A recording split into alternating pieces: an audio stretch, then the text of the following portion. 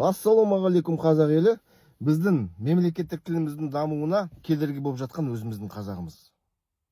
Айта кететіндей, кеше Самар ауылында қазақ ойыл жанармай құятын бекетіне кіріп тұрсам, сол жерде өзіміздің ағаларымыз, бір 60 жаста, бір 60-тан асқан, 70-ке таяу ағаларымыз кассада тұрған, орыс ұлтты қарындасымыз, соған орысша сөйлеп нетіп жатыр екен. Кіріп, сәлеметсіздер, қалдарыңыз қалай? Маған екінші колонкадан толтырып 92 құйып бер десем, жақсы деді ана қыз. Мына кісілер маған қарайды.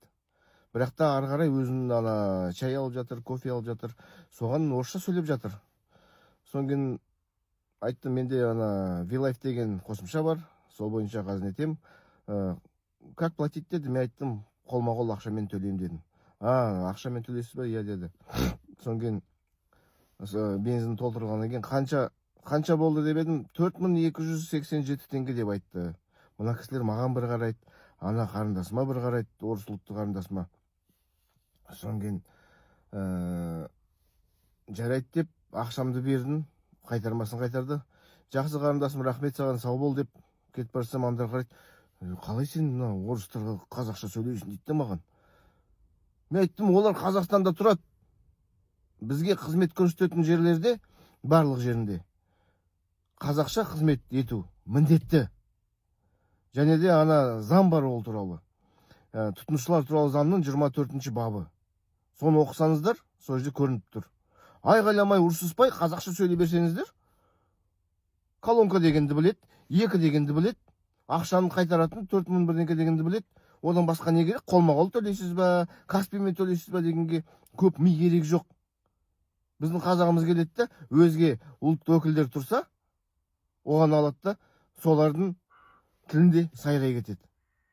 Қазақша сөйлеңіздер, өздеріңіз, қазақтар, үлкен ағалар, апайлар, жаман әдетті тастау керек. Таза қазақша сөйлеу керек. Келдіңіздер ме, қарындасым, ұқпаса ақырындап, жайлап орысша түсіндіріп кету керек. Колонка 2 деген 2 деп. Сөйтіп өзіміз түзеп аламыз тілімізді. Әйтпесе шүлдіріліп, басқа өзге ұлт диаспора өкілдерін көргенде, олардың тілдерінде шүлдірлей берсек, онда өзіміздің тіліміз жерде жата береді. Дәрежесі көтерілмей тұра береді бір орында, төменгі деңгейде. Сондықтан ойлаңыздар, тіліміздің дәрежесін көтергіңіз келсе, әр қазақ қазақша сөйлеу керек. Қазақты қойып қазір ана солтүстік Қазақстанда Максим деген бауырларымыз бар, неше сияқты қарындарымыз бар, Алина, Кан деген корейлер бар, немістер бар, ана неше сияқты. Сөйлеп жатыр бәрі. Өзімізге бірінші бастау керек. Қазақ бірінші сөйлеу керек. Содан кейін қалғандар бәрі сөйлей бастайды. Өзгеріс өзінен басталады. Ассалаумағалейкум. Айт қабыл болсын тағы да. Қатты айтсам ренжімеңіздер. Өзіміз бірінші, қазағымыз бірінші қазақша дұрыстап сөйлеп алайық. Содан кейін қалғандар өздері түзеледі.